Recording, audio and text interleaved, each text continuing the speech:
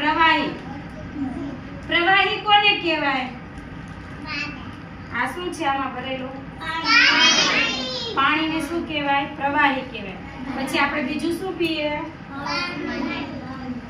બીજું શું પીવું તમે? સોડા. સોડા શું કહેવાય? પ્રવાહી. પછી શું બનાવે? છાશ,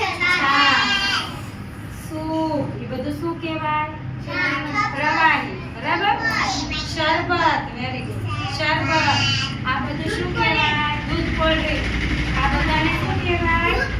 પ્રવાહી વસ્તુ. શું કહેવાય? ચા, દૂધ, કોફી, શરબત, દૂધ, કોલ્ડ ડ્રિંક, આ બધી સોડા, આ બધી વસ્તુને શું કહેવાય? પ્રવાહી કહેવાય. અને ઘન વસ્તુ. ઘન એટલે શું કહેવાય? આ બધું રમકડા, આ વાસણ, આ બધાને શું કહેવાય? ઘન વસ્તુ કહેવાય. શું કહેવાય? ઘન. બરાબર? ખબર પડી ને બધાને?